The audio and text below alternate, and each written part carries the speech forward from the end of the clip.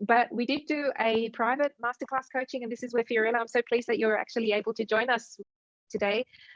And with Fiorella, we did take a little bit of a different approach because she did do the private masterclass. So that meant that when she signed up, instead of joining the weekly coaching, it was based on her availability. So Fiorella, I just want to ask you, we recently finished the program, and I know that one of your, I guess, the highlights that you mentioned, perhaps an unexpected one, was one particular module around the personal diplomacy. Perhaps you might want to give us a little bit more insights there.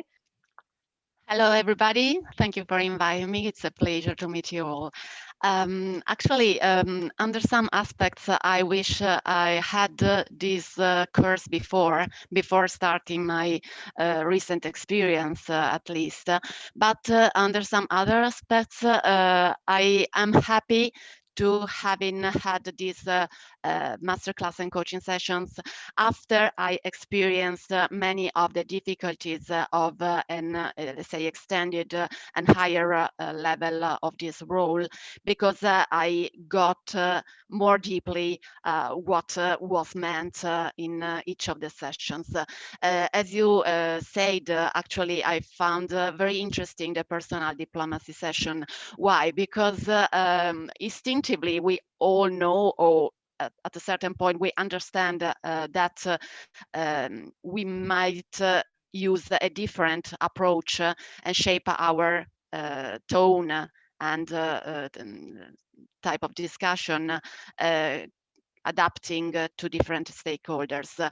This is something we instinctively do, but it's been very interesting to have a structured way to look at this, such the analysis of the stakeholder in the ACER module. Some people may be an ally, some others an enabler or a connector or even a resistor. As I said, instinctively you understand which type of stakeholder you have in front of you, but it's good to make this analysis as soon as possible in order to shape your communication accordingly.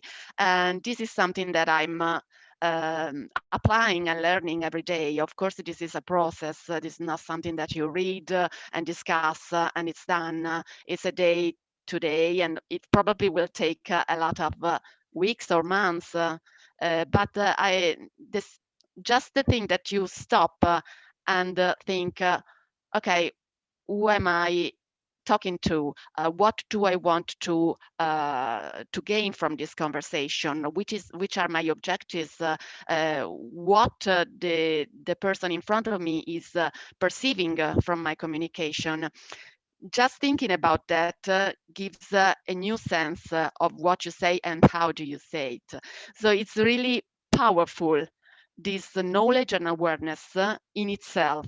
Then let's say, the gains that you can have improving it every day, we will see, but the awareness itself is a weapon that is not comparable to any other. So thank you for this, because I'm working on it every day. I love that. Weaponized. We're weaponizing our EA. Yeah. That's wonderful. It's what you're saying, Fiorella, and thank you so much. A lot of the lessons, it's about building the skills, and like a muscle, you really need to practice it. And so one of the benefits is that once you've done the course, you're actually then part of a group, so that when you have questions, you have challenges, you come to those that group where you can raise those questions within a forum of people who will understand where you're coming from and can truly help you develop that muscle and developing your cultural awareness or your communication skills. And so that's why the post-course involvement is so important, to continue to support your learning. It's not just about going to a class and then forgetting about it. You don't read your notes ever again. But it's about reinforcing until you don't need it anymore, until it is, part of you, until you've built, that six pack, and until you're ready to go.